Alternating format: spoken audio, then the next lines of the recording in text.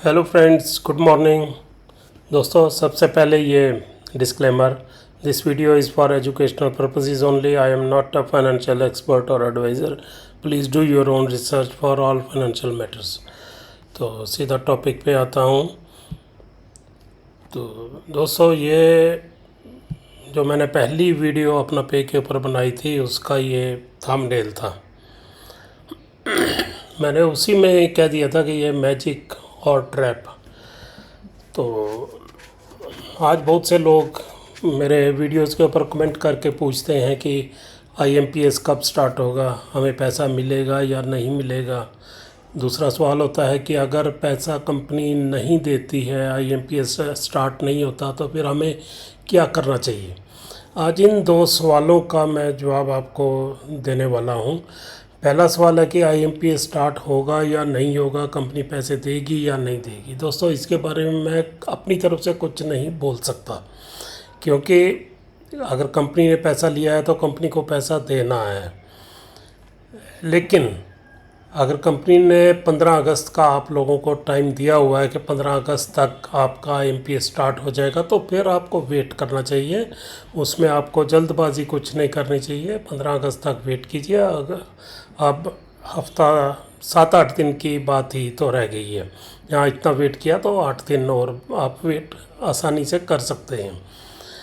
तो अब दूसरी बात ये आती है कि अगर आईएमपी स्टार्ट नहीं होता या अगर आईएमपी स्टार्ट हो भी जाता है तो हमें पैसे नहीं दिए जाते, तो हमें क्या करना चाहिए। तो इसके बारे में दोस्तों, मैं जो एक वीडियो से मुझे एक पता चला है कि शायद कंपनी, ये मैं कंफर्म नहीं कह सकता, कंपनी का कोई ऑफिशियल वर्जन नहीं है, लेकिन किसी ने ऐसी बात कही कि शायद कंपनी की मैनेजमेंट आपका जो आईएमपीएस की लिमिट वो 5,000 तक स्टार्ट करेगी।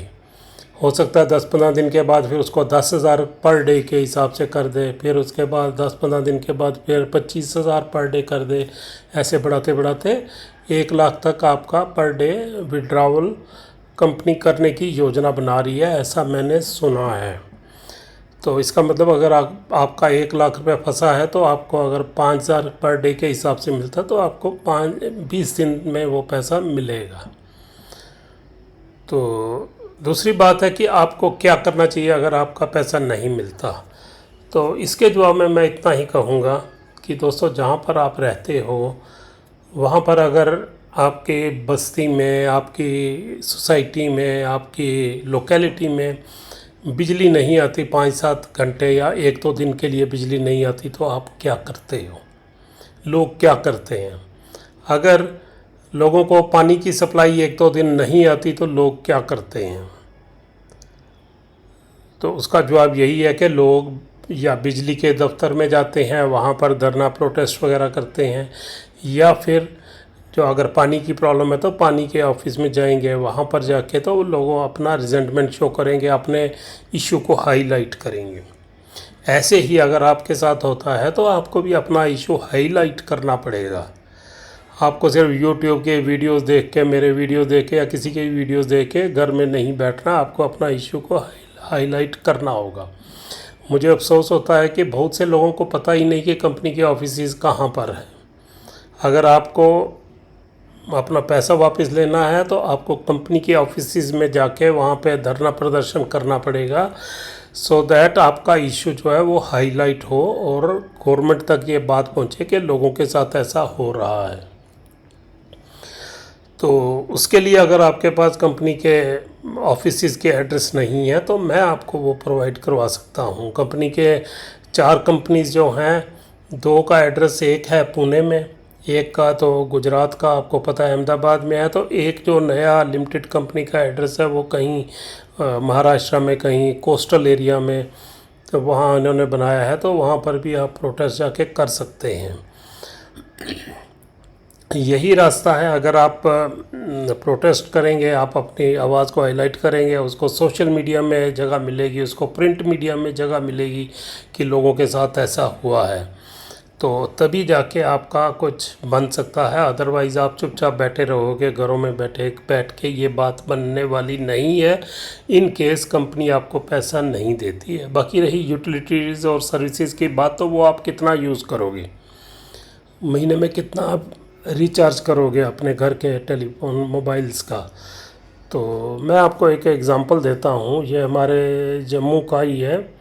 तो यहाँ पर ये देखिए, ये एक रूरल बैंक है, उसमें ये जो डिपॉजिटर्स हैं SCARD bank deposit stage protest, इनका भी पैसा फंसा हुआ है, इनको पैसा नहीं मिल रहा है, जबकि इस बैंक में गवर्नमेंट की इन्वॉल्वमेंट भी है। तो इन लोगों का पैसा, इन्होंने FDs करवाई हैं, RDs करवाई हैं, या इनका जो भी वहाँ पर पैसा है वो इन लोगों को नहीं मिल रहा, और ये प्रोटेस्ट करते हैं। उससे क्या होता है, जब प्रोटेस्ट करते हैं तो न्यूज़पेपर में ये इनकी हेडलाइंस आती हैं, गवर्नमेंट तक आवाज़ पहुंचती है, और सोशल मीडिया में इसकी बात होती है। तो इससे क्या होता है कि चांसेस बढ़ जाते हैं, बैंक के ऊपर भी प्रेशर बढ़ जाएगा कि भाई इन लोगों का क्यों मसला हल नहीं कर रहे। तो इसी तरह अगर आप भी ऑर्गेनाइज होके, वेल ऑर्गेनाइज होके आप प्रोटेस्ट करते हो, अगर आप कंपनीज़ के ऑफिस तक नहीं जा सकते तो आपके जो लोकल लीडर्स हैं उनके घरों के बाहर प्रोटेस्ट कीजिए। आपका मेन मकसद जो होगा वो अपने इश्यू को हाईलाइट करना है। हाईलाइट तभी होता है जब कुछ शोर शराबा होता है। आज के ज़माने में कोई प्रेस नोट आप बना के दे सकते हो, प्रेस कॉन्फ्रेंसेस कर सकते हो। तो इस तरह आप अपने जब तक मसले को हाईलाइट नहीं करोगे तो आपका पैसा मिलना बिल्कुल मुश्किल लगता है। तो इसलिए दोस्तों मैं तो यही कहूँगा, मेरे पास यही सजेशन है, जो लोग सवाल कर रहे हैं उनके लिए मेरे पास यही सजेशन है कि अगर आपका पैसा नहीं मिलता तो आपको इस तरह से कोशिश करनी चाहिए, अपने आप को ग्रुप्स बनाओ, अपने आप को ऑर्गेनाइज़ करो, तो कंपनी के अगेंस्ट आप अपनी आवाज़ को उठाओ। तो ठीक है फ्रेंड्स, इतनी बात करनी थी। तो मिलते हैं फिर नेक्स्ट किसी वीडियो में किसी नए टॉपिक के साथ। नमस्कार, आदाब, सत श्री अकाल।